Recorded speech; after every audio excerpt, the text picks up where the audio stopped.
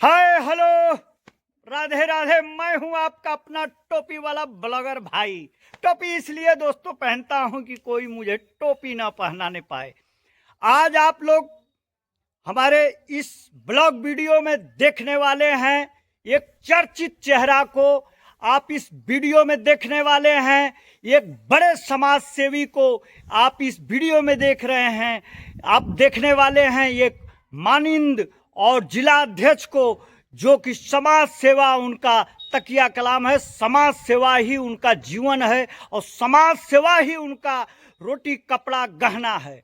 साथियों, मैं आज आप लोगों को उस शख्स से मिलवाने जा रहा हूं जो परिचय के मोहताज नहीं है। उनका स्थान टीवी में, टेलीविजन में, अखबारों में होता है और समाज के दुखी, गरीबी, शोषित लोगों के बीच में जा करके उनके दुख को बांटने का काम निरंतर किया करते हैं। साथियों, देर नहीं करते हुए मैं बता देना चाहता हूं कि आजमगढ़ के जिला अध्यक्ष, पिछड़ा समाज के कांग्रेस कमेटी के, जो कि पीसीसी सदस्य भी हैं, उनसे मिलवाता हूं और उनसे एक पर एक खट्टा मीठा सवाल करूंगा, जिससे कि आप सुनेंगे और उनको समझने में आपको आसानी होगी। चलते हैं, देर नहीं करते हैं। नमस्कार अध्यक्ष जी, कैसे हैं? नमस्कार, धन्यवाद आपको जी। आज हाँ, मकर संक्रांति का शुभ अवसर है। इस पर्व पर मैं पूरे देशवासियों को, अपने क्षेत्रवासियों को, प्रदेशवासियों को इस पर्व की ढेर सारी शुभकामनाओं सहित हार्दिक बधाई देता हूँ। बहुत बहुत धन्यवाद। अध्यक्ष जी, आप पिछड़ा समाज, ओबीसी समाज के जिला अध्यक्ष हैं आजमगढ़ से। आपके जो राष्ट्रीय अध्यक्ष हैं, उनका ऐलान टीवी, टेलीविज़न और अखबारों में हमेशा पढ़ने को मिल रहा है। आप लोग कितना, किस बेस पे और क्या आपकी विचारधारा है, किस तरह से आप ओबीसी समाज को, पिछड़ा वर्ग को आगे ले जाना चाहते हैं कांग्रेस पार्टी में? देखिए, कांग्रेस पिछड़ा वर्ग विभाग जो है, यह केवल पिछड़ों के लिए नहीं है। जी जी।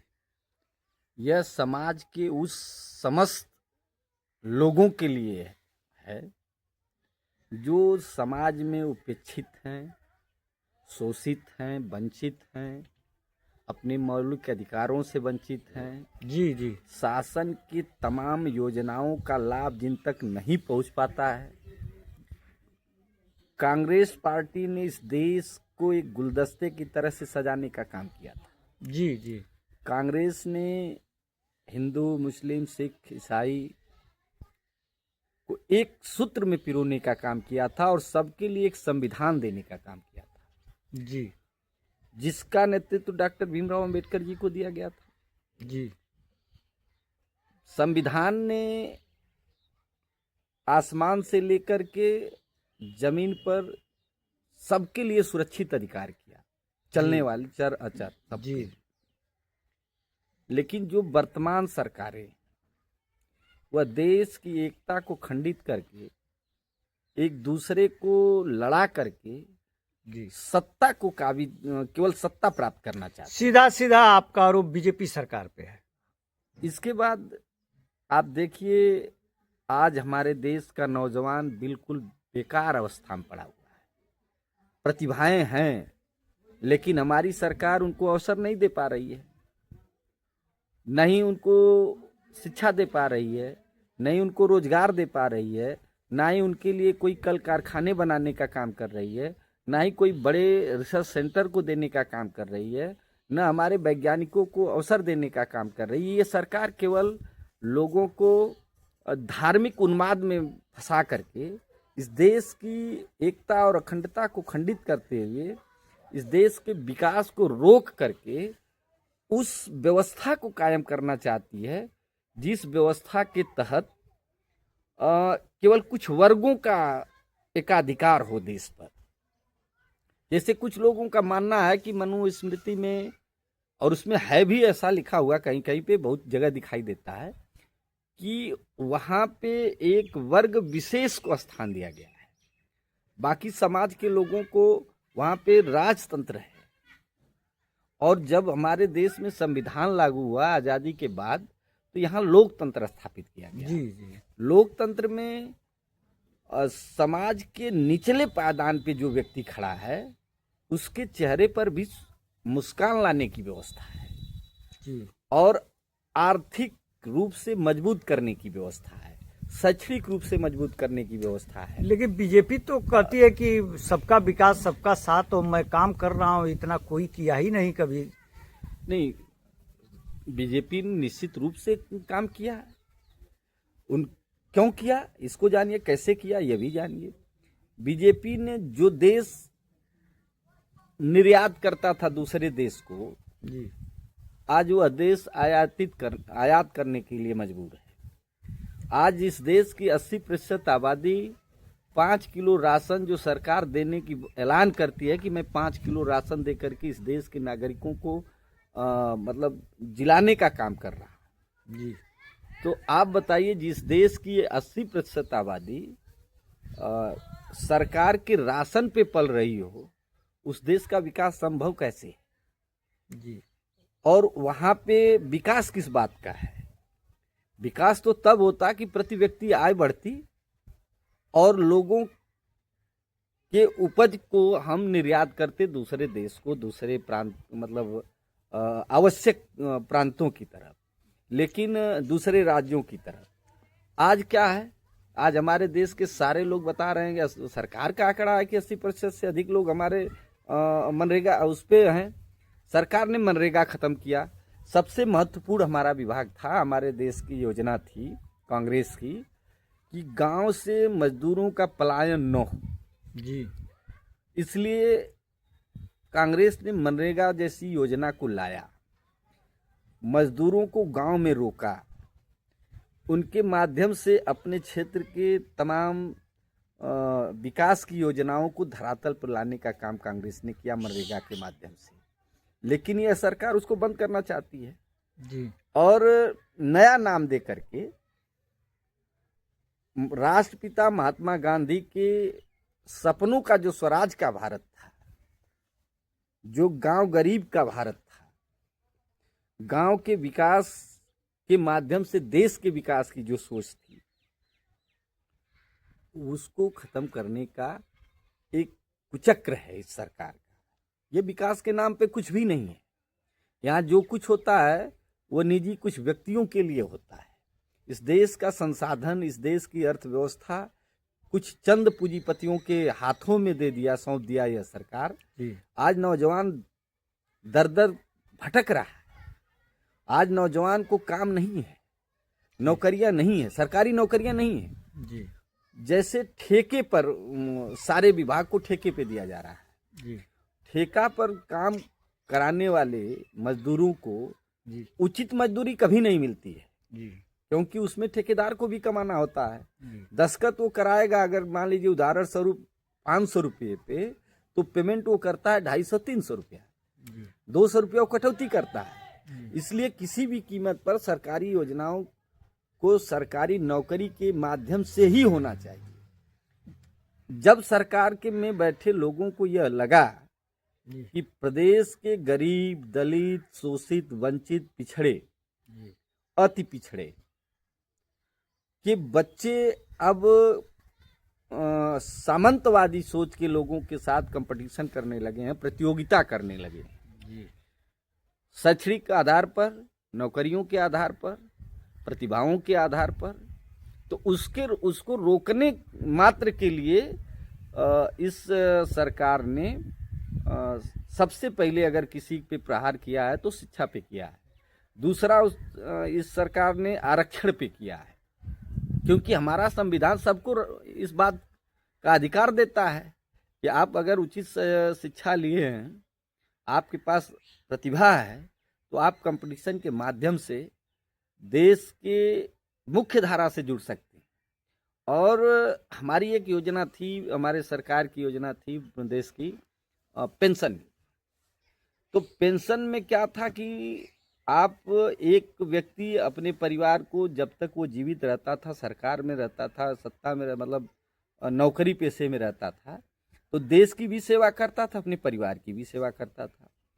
तो सरकार ने इस पर मतलब पेंशन देने का काम किया कि जब 60 साल आदमी काम कर लेगा, घर जाएगा तो वो बेकार हो जाएगा, तो उसके परिवार का पालन पोषण और उसकी व्यवस्था चरमराने लगेगी।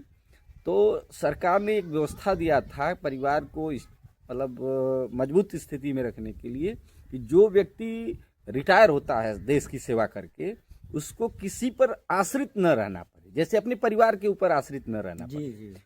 तो पेंशन देती थी। उसके मरने के बाद उसकी पत्नी को पेंशन मिलता था। इसको खत्म किया सरकार ने, और इसको खत्म किया इसलिए किया, ये नहीं कि पेंशन किसी एक विशेष वर्ग का खत्म हुआ।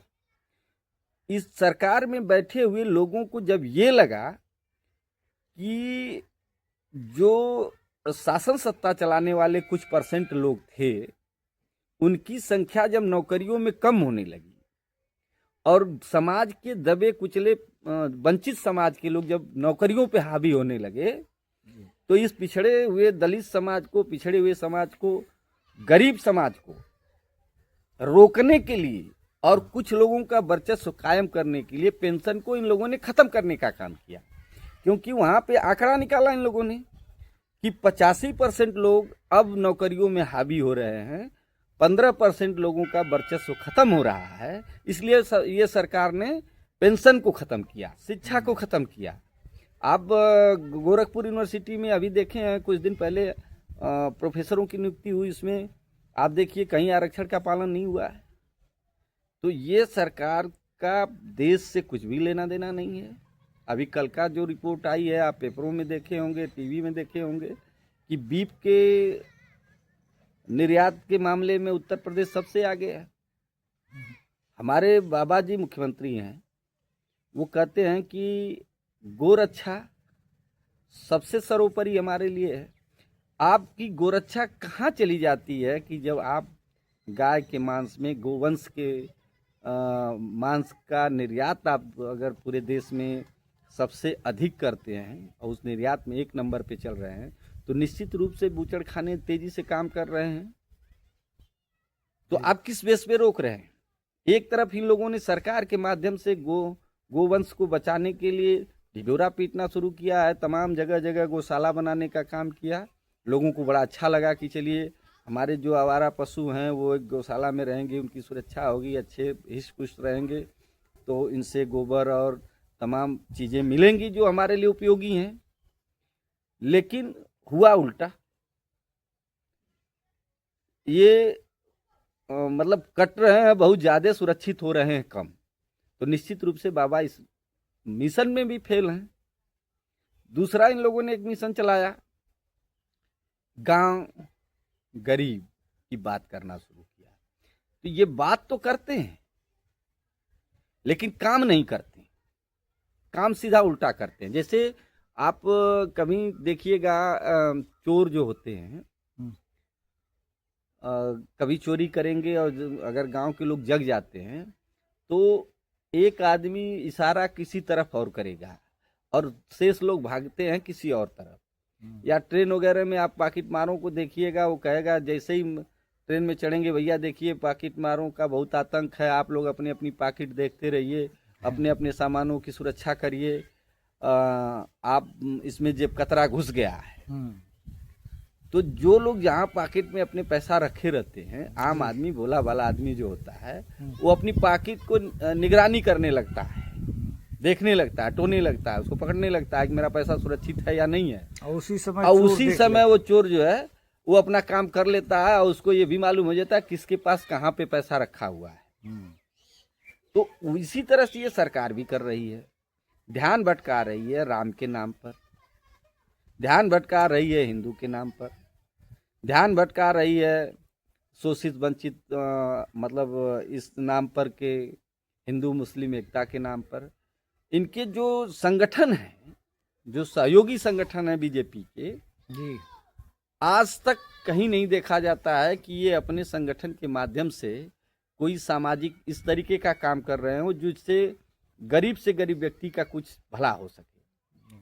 ये ऐसा कभी नहीं करते हैं, ड्रामा करते हैं। जैसे ये कहेंगे छुआछूत को मिटाना है, दलित बस्तियों में भोज करने की बात करेंगे, दलित बस्तियों में भोज आप क्यों करते हो और घर से ले जा करके बनाते हो? आपका हलवाई होता है, आपका टाट होता है, आपका तंबू होता है, आप उसमें खाते हो, तो दलित का उद्धार तो ऐसे नहीं होगा। दलित या शोषित वंचित समाज के लोगों को अगर उद्धार करना है, उनको मजबूती प्रदान करना है, तो आप उनके साथ सहभोज न करो, आप उनको शिक्षित करो, सरकारी नौकरियां दो, ठेकेदारी दो, व्यवसाय दो, उद्योग धंधे को स्थापित करने के लिए सहयोग करो। जब आप उनको आर्थिक रूप से वो व्यक्ति मजबूत हो जाएगा, तो निश्चित रूप से वहाँ जातिवाद नहीं रह जाता है, निश्चित रूप से वहाँ छुआछूत नहीं रह जाता है। ये तब उसके लिए कहने की बात हो जाती है। जातिवाद गरीबों के बीच में, जातिवाद शोषितों के बीच में। जो संपन्न लोग हैं, ये इस देश का एक कल्चर रहा है। आप बड़े से बड़े देश के लोगों का नाम ले सकते हैं। जैसे बीजेपी के लोग बड़ी तेजी से एक बात को प्रचार करते हैं कि इंदिरा गांधी जी ने हिंदू के साथ शादी नहीं किया। शादी उन्होंने क्यों नहीं किया ये विषय आज का नहीं है, क्योंकि जिस हिंदूवाद की वो बात करते हैं, उसी हिंदूवाद में ये भी कहा जाता है कि लड़की जो होती है वो कन्या के समान गंगा के समान पवित्र होती है। जो लड़की जिस जाति में जाती है उस जाति की हो जाती है। ये हमारे सनातन धर्म और हिंदू धर्मवादी लोगों ने कहा है, मैं नहीं कह रहा हूँ। और वह स्वतंत्र होती है। एक तरफ हम स्वतंत्रता की बात करते हैं। आज बीजेपी के जितने बड़े नेता हैं, लगभग अधिकतम कुछ बड़े नेताओं के जो ठेकेदार हैं बड़े, उनकी शादियां अदर हिंदू में हुई है। वहाँ तो आप नहीं रोक पाते हो। और जो हमारे देश की सर्वोच्च शिक्षा है, जैसे वैज्ञानिकों की शिक्षा है, डॉक्टरों की शिक्षा है, आपका IAS विशेष जो होता है, उसकी कोई जाति नहीं होती है। उसकी शादियां आप देखेंगे तो 75% से ऊपर अदर कास्ट के लोगों के साथ होती है, क्योंकि वहाँ शिक्षा एक जात होती है। बिल्कुल सही। और आर्थिक व्यवस्था उनकी जात होती है। और इसमें आप देखेंगे जो छोटे तबके के लोग हैं, जैसे SC कास्ट के लोग हैं, OBC कास्ट के लोग हैं, इसमें जो उच्च पदों पे जाते हैं, उनकी अधिकतर शादियां वही हैं जिन लोगों ने जातिवाद का ठेका ले रखा है। मुलायम सिंह जी का परिवार ले लीजिए, उत्तर प्रदेश का सबसे बड़ा परिवार है यादवों का, लेकिन उनके घर में अधिकांशतः शादियां दूसरे बिरादरी के लोगों में हुई हैं, दूसरे समाज के लोगों में हुई हैं। वहां तो उनका जातिवाद नहीं दिखाई देता है। और वोट लेने के लिए अखिलेश जी भी जातिवाद की बात करते हैं, यादववाद की बात करते हैं। उनके यहाँ कोई अगर वो वास्तव में यादवों के हितैषी होते तो निश्चित रूप से अपने परिवार के लोगों की शादियां तो वहां करते, बिरादरी के किसी गरीब परिवार से अच्छी प्रतिभाओं को लाते अपने पास। बिल्कुल। तो वहाँ इस मतलब बड़े पैमाने पर जात कोई मायने नहीं रखता है। ये चीजें गांव में अमीर और गरीब दो ही जात। हाँ, दो ही जातियां, शिक्षित और अशिक्षित। शिक्षित 2027 में आपका अलायंस जो गठबंधन है, इंडिया गठबंधन के नाम से, उस पर आप क्या कहेंगे कि क्या विचार है शीर्ष कमान का? देखिए, फिलहाल तो हमारा जिससे गठबंधन है वो गठबंधन चल ही रहा है। गठबंधन टूटा तो नहीं है। हम गठबंधन धर्म का पालन करने वाले लोग हैं। रहा सवाल ये कि हमारे शीर्ष नेतृत्व को यदि लगता है कि हमको किस पार्टी से गठबंधन करना है, किस पार्टी से नहीं करना है, तो कांग्रेस में बिल्कुल 100% लोकतंत्र है, अंदर भी, केवल कहने के लिए नहीं है। तो कार्यकर्ताओं का विचार जाना जाता है, उसको कलेक्ट करके शीर्ष नेतृत्व डिसीजन लेता है कि हमारे कार्यकर्ताओं का किधर झुकाव ज़्यादा है, गठबंधन करना है नहीं करना है। जो भी डिसीजन होने हैं वो कार्यकर्ताओं की विचारों के आधार पर होता है और शीर्ष नेतृत्व करता है, उसका कार्यकर्ता पालन करता है। हमारा इस समय जो कार्यक्रम चल रहा है, न्याय योद्धा भारत के एकमात्र इस वर्तमान सरकार से लड़ने का काम कर रहे हैं। और वर्तमान सरकार से लड़ने का केवल काम नहीं कर रहे हैं, हिंदुस्तान की आवाज को सुरक्षित करने का काम कर रहे हैं। हिंदुस्तान के नौजवानों का, किसानों का, बुनकरों का, छात्रों का, दलितों का, शोषितों का, वंचितों का, पिछड़ों का, गरीब सवर्णों का, जो लोग इस सरकार से पीड़ित हैं, सबकी आवाज है, हिंदुस्तान की आवाज है राहुल गांधी जी। उनके निर्देश पर मनरेगा बचाओ अभियान हमारा गांव-गांव चल रहा है। न्याय पंचायत स्तर पे मीटिंग हो रही है, लोगों को प्रशिक्षित किया जा रहा है, लोगों को जगाने का काम किया जा रहा है और राष्ट्रपिता महात्मा गांधी जी की सोच के महत्व को लोगों के बीच में बताया जा रहा है। देखिए, ये जो सरकार है ना, ये लुटेरी सरकार है। सूट बूट, मैंने बहुत पहले कहा था कि ये सरकार सूट बूट की सरकार है।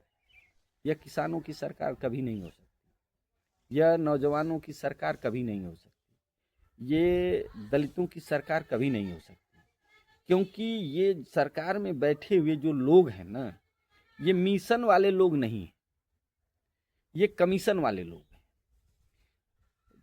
तमाम 40-45 पार्टियों का इनका गठबंधन है, उसमें ऐसी ऐसी पार्टियों का इन लोगों ने गठबंधन कर रखा है जो जात के नाम पर पार्टी खड़ा किए, लेकिन जात का हित नहीं कर पाते हैं। वो हित किसका करते हैं? अपने परिवार का, अपने बच्चे का, अपने औरत का, अपने बीवी का।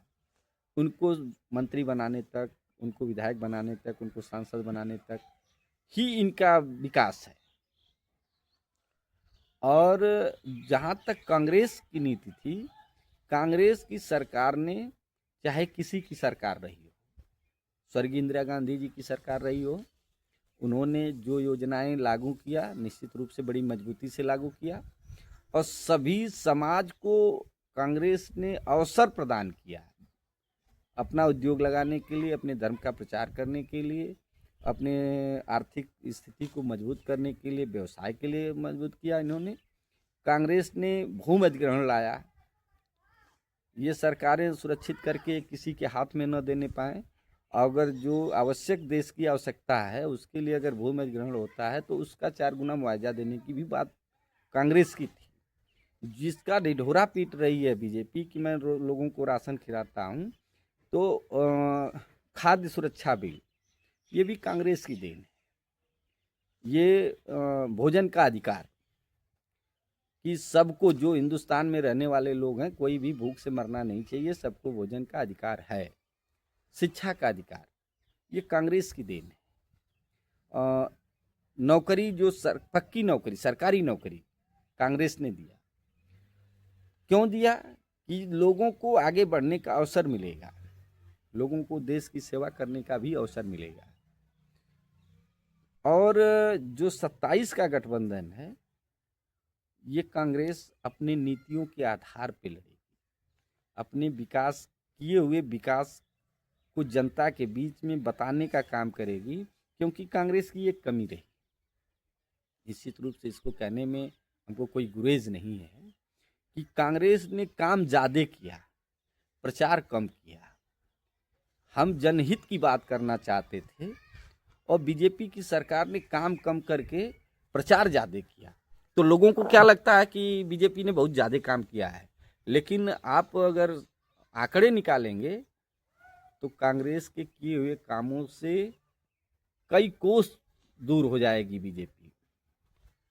अब 27 में हमारा गठबंधन रहेगा नहीं रहेगा, ये शीर्ष नेतृत्व पे है और सीटों के बंटवारे होते हैं, तमाम उसका जो फंडा होता है गठबंधन, तो उस पर चलता है और शीर्ष नेतृत्व क्या सोचता है वो उसके ऊपर निर्भर करता है। उत्तर प्रदेश में जहाँ तक बात है कि हमारे लिए, जैसे जो हमारे पार्टी का मिशन है, दरवाजे सबके लिए खुले हैं। जो लोग समाज का हित चाहते हैं, राष्ट्र का हित चाहते हैं, उत्तर प्रदेश का विकास चाहते हैं, कौमी एकता चाहते हैं प्रदेश के अंदर, जो लोग आएंगे सबके साथ उदारता के साथ हम गठबंधन हमारी पार्टी करेगी, ऐसा हमारा विश्वास है। मैं तो एक पार्टी का छोटा सा कार्यकर्ता हूँ। पिछड़ा वर्ग कांग्रेस का मैं जिला अध्यक्ष हूँ, आजमगढ़ का पीसीसी का एक सदस्य हूँ। हमारा जो दायित्व है हम अच्छी तरह से निर्वहन करते हैं और जनता के बीच में किसी तरह की द्वेष की खाई न हो। पिछड़ा वर्ग का संगठन अगर संभाल रहे हैं तो इसका ये कारण नहीं है या यह विषय नहीं है कि हम हिंदू मुस्लिम सिख ईसाई या छोटे बड़े फॉरवर्ड बैकवर्ड एससी करके इस समाज को बांटने के लिए नहीं कर रहे हैं, क्योंकि हम उस वंशज के लोग हैं। एक छोटी सी घटना है इस प्रदेश की। वीर लोरिक का नाम आपने सुना होगा, लोरिकी के माध्यम से लोग गाते रहे हैं, उसको सही ढंग से इतिहास लिखा नहीं गया, लेकिन जहाँ तक हम लोग अध्ययन कर रहे हैं वो लोरिक के गुरु थे अजय धोबी, जहाँ तक मेरी जानकारी, और उनके सेना नायक थे बिरबाठा चमार। उनके जो मुखबिर हुआ करते थे वो बरई जात के थे और सेना नायक तो खुद थे लोरिक और उनके परिवार के लोग थे, तमाम भाई वही थे, चाचा पिता जो भी लोग थे सभी लोग थे या उनके सगे संबंधी थे। तो उन लोगों ने उस जमाने में भी सामंतवाद के खिलाफ लड़ाई लड़ा था, केवल एक वर्ग की लड़ाई नहीं लड़ा था। उन्होंने उस समय एक उसमें लोकोक्ति है कि कोई राजा थे, वो उस अपने राज्य में एक धोबी जात के कोई रिश्तेदार गए हुए थे, वहाँ चलते चलते कुछ मजाक के तौर पे राजा से कर दिया उन्होंने, हंसी मजाक ठिठोली जो आम भाषा में चलती है। उसके लड़के को नागवार लगा कि एक हमारे राज का धोबी जो निचली जात लोगों का मानना होता है, वो हमारे बाप से हंसी मजाक कर रहा, उनकी मतलब कर रहा है इस तरीके की बात। तो उसने ऐलान कर दिया कि हमारे राज्य में आज के बाद कोई शादी होगी ही नहीं। तो इस केवल एक वर्ग विशेष के लिए नहीं किया, उसने पूरे राज्य के लिए कर दिया अपने। उसके खिलाफ लोरिक ओरिक ने जंग लड़ा, उसको हराया, परास्त किया और वहाँ के सामंतवाद को खत्म करके सबको एक अवसर दिया और आज सारे लोग उसके खुशहाली के रास्ते पर। तो ओबीसी समाज ये मुख्य रूप से एक जो संगठन बनाया गया है वो इसलिए बनाया गया है कि समाज में जो कुरीतियाँ हैं, जो अंधविश्वास है, जो लोग रास्ते से भटक रहे हैं या एक कौमी एकता को खंडित करने के लिए लोगों के दुष्प्रभाव में आकर के गलत रास्ते पे चलने का काम कर रहे हैं, उनको रोका जाए, सही दिशा दिया जाए, शिक्षा के क्षेत्र में बढ़ने के लिए सबको प्रोत्साहित किया जाए, मजदूरों की आवाज़ बना जाए, गरीबों की आवाज़ बना जाए, नौजवानों की आवाज़ बना जाए, बुनकरों की आवाज़ बना जाए, छात्रों की आवाज़ बना जाए और उनके हक और अधिकार की लड़ाई लड़ा जाए सड़क से सदन तक। और इस सरकार को मजबूर कर दिया जाएगा। हम कांग्रेस के वो सिपाही हैं जिसमें उस समय कहा जाता था कि अंग्रेज़ों का सूर्यास्त नहीं होता है, उनको परास्त करने का काम किया है हमारे पूर्वजों ने। हम उनकी उनके वंशज हैं, हम कभी नहीं डरे थे गोरों से, तो अब क्या डरेंगे चोरों से। संघर्ष जारी है और परास्त करके हम उनको पुनः इस देश में लोकतंत्र को स्थापित करने का काम करेंगे। जय हिंद। ये रहे जिला अध्यक्ष ओबीसी विभाग आजमगढ़ के। और आप लोगों ने सुना देश के बारे में, कांग्रेस पार्टी के बारे में और समाज में क्या होना चाहिए क्या नहीं होना चाहिए। जो वर्तमान सरकार है उसकी सारी कमियां आपने सुना। और एकजुट जो है कि इनका कहना है कि अमीर और गरीब दो ही जात है और ये धर्म के नाम पे लड़ा रहे हैं और जात के नाम पे लड़ा रहे हैं, एसआईआर के नाम पे लड़ा रहे हैं और चोरी करके जो है कि सत्ता को हथिया रहे हैं। तो इनका आरोप कितना जायज़ है कितना नाजायज़ है आप लोग कमेंट में बताइएगा। और जाते जाते हम यही कहेंगे, हर वीडियो के जैसे विदाई के वक्त कहते हैं tata bye bye, Radhe Radhe, Jai Hind, जय भारत।